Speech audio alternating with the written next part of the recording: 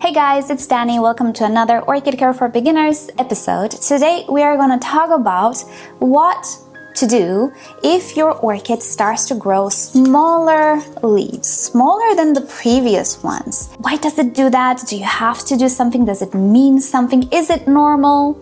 And if it is, will your orchid ever grow big leaves like when you purchased it? These are questions that I do get quite commonly on my channel, and I've kind of never made an Orchid Care for Beginners tutorial on it. So there's no better time than the present.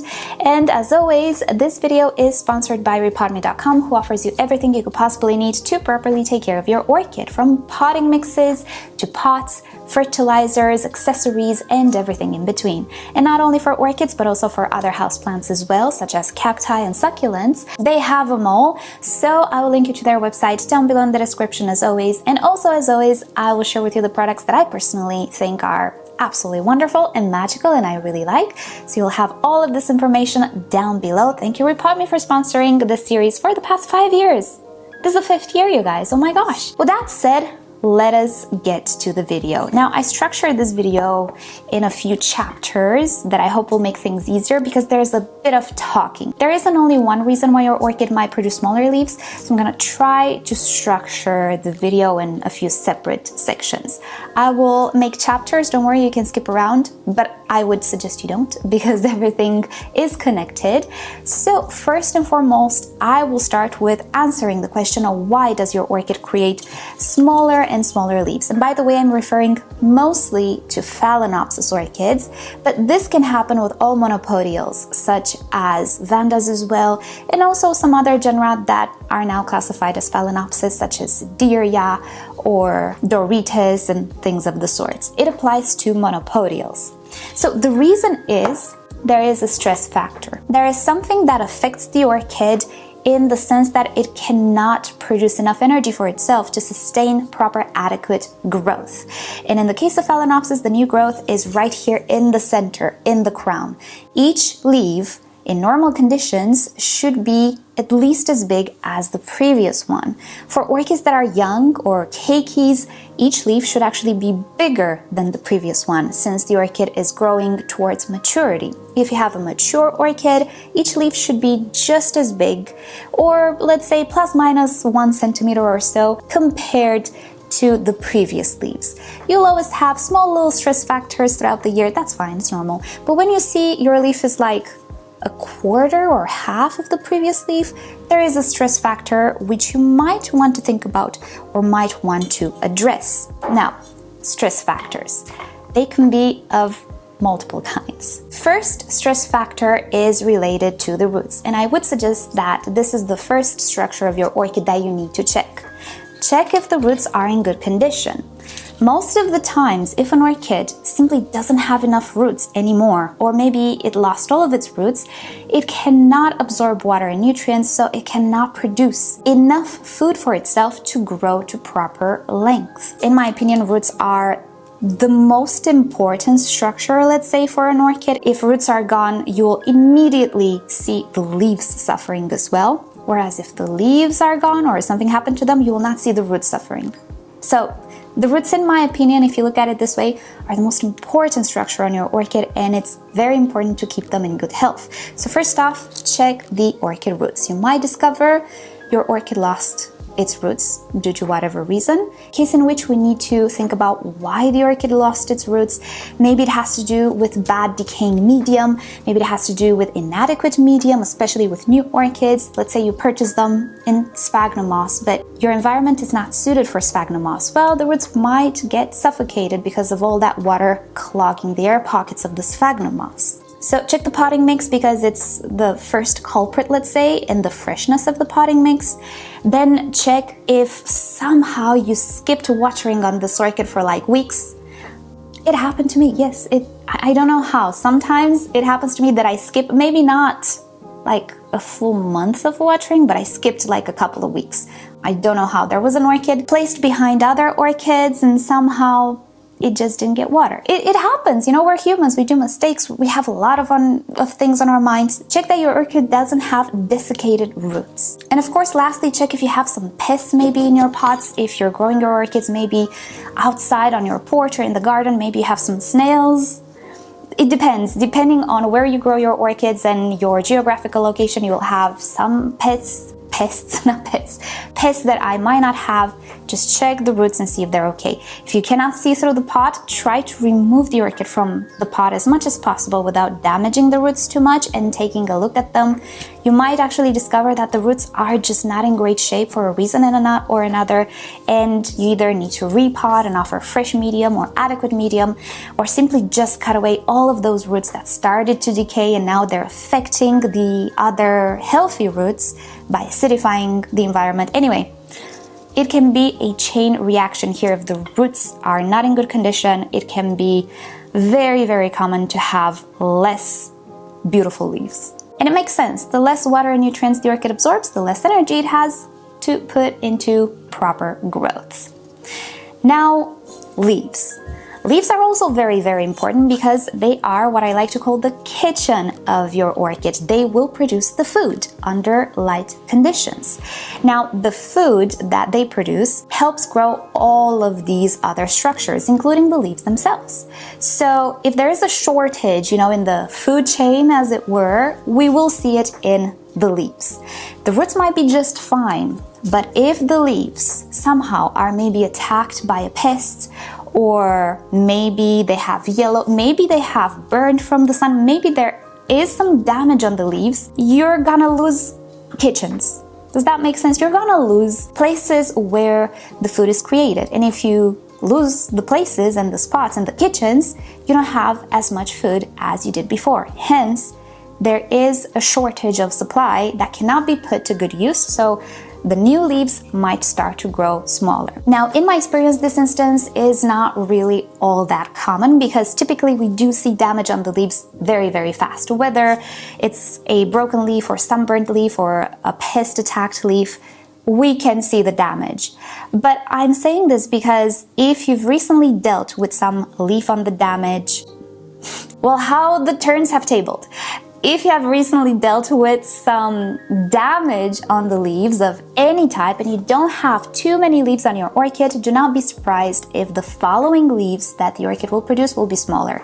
It is actually to be expected and quite normal because there simply isn't there aren't enough facilities to produce that food for the orchid. If you've dealt with whatever was causing the damage, everything is okay, don't worry about it. In time, each leaf will be a little bigger than the other. So within a few leaves time, let's put it like that, you will have adequate sized leaves once again. But definitely damage on the leaves can actually produce smaller and smaller leaves. And you'll have to excuse me, I'm gonna remove my watch because I'm getting like a million notifications. Next up, flower spikes. But not in the way you'd expect. If you cut flower spikes on an orchid, you're actually not going to stress it out quite at all. You are actually relieving stress because flower spikes do not absorb water and nutrients, not in any meaningful way anyway, and also they do not photosynthesize in any meaningful way for the orchid. What they do is they help perpetuate the species, even though we're working with hybrids now. In their natural habitat with their ancestors, flowers and flowering structures are mainly produced to perpetuate the species, to produce seeds. You know the story. And so orchids put in a great deal of energy into these flowers and flower spikes because not only do they have to grow these spikes and form the flowers, they need to allocate color pigments and maybe scented oils and things of the sort. They're very complex structures, flowers, and they are produced in great numbers sometimes, and they require a lot of energy. And sometimes in cultivation, and especially with Phalaenopsis hybrids that are man-made, and I should get a different one to make my point, hold on. There we go. Yeah, she's still in bloom. So especially with these hybrids, which have been selected and I would say selectively bred by humans to be very productive, you can have this orchid just run out of energy due to the sheer number of flowers it can produce. Naturally, its ancestors will not produce this display. Maybe in its parentage, this orchid has an orchid that produces many flowers, but tiny flowers that don't really require as much energy. And then that has been hybridized with an orchid that produces super large flowers, but doesn't produce a lot of them. It just makes a few of them. And the end result might be a hybrid which produces both large flowers and also in great numbers. At some point, the orchid might deplete itself, and it's a little bit the case with this one. It didn't start to grow new leaves just yet, although summer is near, it should start to do that. But do we see it looks a little sad? Some of the leaves are starting to yellow. It's pulling energy from these bottom leaves. Even though I have roots and I water it, the orchid is starting to look a little bit fatigued. That is very normal. At this point, what I will do, and after this video, is I will completely cut the flower spikes on this orchid because she's outdoing herself. This is not normal behavior or natural behavior for an orchid. This is a man-made hybrid. The genetics are all over the place. It has been selected and propagated for production, and that can have an impact on the overall orchid. So flower spikes can actually induce smaller and smaller leaves if left on too much. It's not going to happen to all orchids, and it's going to happen to those orchids which are pretty much well cared for. So if you care for your orchid properly, you feed it, you give it everything it needs, it will put on this show. It absolutely will. That's what flower shop Phalaenopsis will do. But if this show is left on for too long, then the orchid will start to suffer a little bit. I have this one like this for like 3 months now. It's enough. It's enough for the poor baby. It's time for the flower spikes to go. And I know we don't like to cut flower spikes. I always cut the flower spikes for my Phalaenopsis because this is what it does to them if I leave them on too long. And now it's summer. The orchid needs to grow vegetatively. No more flowers for you, my dear. I shall cut them off. But yeah, just so you know, this can happen. Overflowering like this, it can happen with these hybrids because they just don't have their, let's call them natural instincts or natural genetics anymore. They're hybrids. You don't know what to expect with these. And one thing that I see with most of my orchids is that overproducing these flowers takes a toll in time on the orchid. And this also translates in less energy for producing vital structures to their full length. Right, so we took every important structure on an orchid and we dissected it a little bit because each of these structures has an impact on the overall growth of the orchid. But there are other factors that have nothing to do with the structures, but rather with environment or external factors. And they can be quite common culprits as well. First and foremost, the new orchid syndrome. And this is actually a new orchid. Orchids we find in flower shops initially come from nurseries. Now, in those nurseries, they have a very different set of environmental factors than our living rooms. First and foremost, they're for sure more humid than our living room, which tends to be on the dry side. Of course, there are exceptions, but for most of us, our houses are typically more on the dry side. So the first shock, let's say for an orchid, is adapting to drier conditions. Now, don't be scared. Orchids are perfectly capable of adapting to dry conditions. All of my orchids just grow in this room without special humidifiers, but it takes a little bit of time for them to adapt. And this consumes energy because this adaptation implies different structural elements that we do not see within our orchid. Some leaves will be different than others because they will be more adapted to the humid conditions or the drier conditions. The roots as well, as many of you already know, they can adapt to their environment. If it's more humid, they will grow adapted to that humid environment. If it's rather dry, they will grow in that dry environment, but a little bit differently. These structural differences we cannot really perceive with our eyes, but we can see the evidence of them in our growth experience. So the orchid will invest energy into producing more specialized structures and just getting used to the environment. So humidity is one thing. The next thing is light. In the nurseries they come from, they do have very adequate light. Everything is adequate for production. They want those orchids to grow at a good rate so they're not stuck with them for too long, losing money. The more an orchid nursery keeps its orchid and takes care of it, invests water, fertilizer, light, whatever in it, the more expenses it will create. Nurseries don't want extra expenses for these orchids. They will put them out for sale at the first blooming when they're not completely mature, and they will make sure their conditions promote uninterrupted growth. So their conditions are top-notch. but our home conditions are not. And one thing that differs is light. We might put our orchid in a shady place because we know Phalaenopsis don't like direct sun. They do like bright shade actually, or artificial light. That will not burn the leaf quite at all, even if it's bright. If the leaf doesn't heat up, it's not gonna get burned. And many nurseries actually do use artificial light. But when we put it in a dark and shady corner of our house, the orchid will not get enough light to photosynthesize. So it will not produce enough energy, and that again has the effect of not having enough energy at your disposal to produce perfectly healthy and well-sized leaves.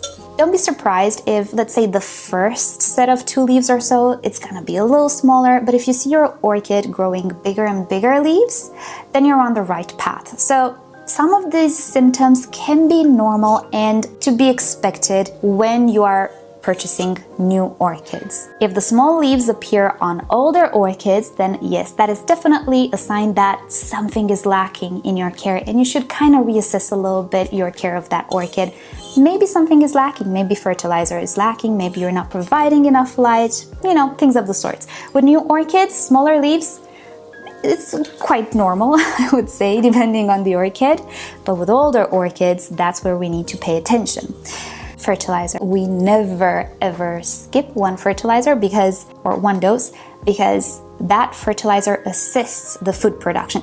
We call it orchid food. In a way it is, because those chemical substances not only will help the orchid build its cellular wall, but also those chemical compounds are present in chlorophyll, so they assist chlorophyll formation as well.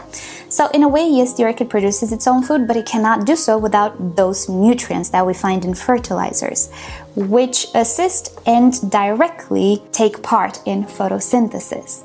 And of course, many people, when they get their orchids, they don't fertilize, they don't do anything, they just use plain water, because at first, we don't know what to do with these orchids. What if we over-fertilize? For whatever reason, recent years fertilizers somehow got a bad reputation. I don't know why, but anyway, some people just don't want to fertilize, and in time, the orchid runs out of resources to build its structures and to properly assist photosynthesis. And obviously, less resources, less energy production as well, which shows itself as smaller leaves. The fertilizer thing doesn't necessarily happen right away. It happens like in a couple of years or so. You're gonna start to see some deficiencies, because orchids are very good at storing nutrients. So they will have reserves for a while, and everybody will say, I'm using plain water and nothing bad happens yet. So these were like the external factors section. There are a few more sections that we need to take into account, such as unexpected events in an orchid's life. Whether it's a new orchid or an old orchid, at this point it doesn't matter. And by this I mean mechanical damage of any kind. As I was saying, if we destroy leaves, then we destroy some of those kitchens, and the new growth will not have enough energy to grow large. How do we destroy leaves? Well, plenty of ways. First of all, we can burn leaves. Sometimes, we put an orchid in a place at a certain time of the year, and in a few months, all of a sudden our orchid has burnt leaves. Why? Well, because seasonal change, because maybe the sun changes its location in the sky, and all of a sudden it starts to shine through that window right onto your orchid. Maybe temperature in your environment changes as well, so the leaves get hotter and hotter, so eventually they get burned. In winter you might have no issue with direct sun on your orchid, but in summer it might get burned. Also, we might drop our orchid on the floor. How? Well, we have an episode on that. I think it's the previous episode of the series. I'll link it to it down below. Yes, sometimes orchids fall on the floor and they lose structures. Roots, leaves, sometimes they break. When a breakage of the sorts happens, it is to be expected that maybe the newer leaves will not be as big as the previous ones. And you know what? That's okay. The orchid will bounce back gradually. Each new leaf will be bigger than the other. Accidents happen a lot. As I told you in the previous video, my goodness, the number of orchids that ended up on the floor, it's not even funny, but it's part of the hobby, especially if you have pets. So don't be upset with that. It's fine. The orchid will be just fine. It's just gonna take a little bit of time to get back to normal, and it's okay. Don't be upset. It happens to all of us. And of course, if somehow you lose the roots, In the beginning, I mentioned something about the medium going bad. Yes, you kind of have to keep an eye on your orchid in a matter of years after you repot it, because if you're using organic medium, you have to know this medium breaks down in time and it starts to become acidic and it starts to release all sorts of byproducts of decomposition, so it can become pretty bad for your orchid. So if you know your medium is a few years old, keep an eye on it and maybe think about planning a repot in fresh medium, depending how you grow your orchid, obviously. If it's mounted, maybe it's absolutely not necessary to think about changing the mount, especially if the mount is inorganic. You know, you have to apply these things to your particular situation, but mechanical damage generally, minus flower spikes, can actually set the orchid back. And this is the term we use generally. When an orchid suffers some inconvenience of sorts, we say it's set back. In the case of Phalaenopsis, this setback is shown by small leaves. In other orchids' cases, it's shown by small pseudobulbs and smaller leaves as well. In any case, this is something the orchid can overcome, and if you assist it, it will bounce right back. You just have to take good care of it and everything should be okay. But that is what we call setback. And I think these are, let's say, the major reasons why your orchid might produce smaller and smaller leaves. And I really do hope this video helps you out in identifying what problem your orchid might have. And don't worry, orchids are very resilient, especially Phalaenopsis. They're the best orchid to have, and in most cases it will bounce back relatively fast. Right, so with that said, thank you so much for watching. Hope you've enjoyed today's Orchid Care for Beginner episode. Thank you rePotme for sponsoring yet another episode, and I hope you'll have a great day. I'll see you next time. Bye!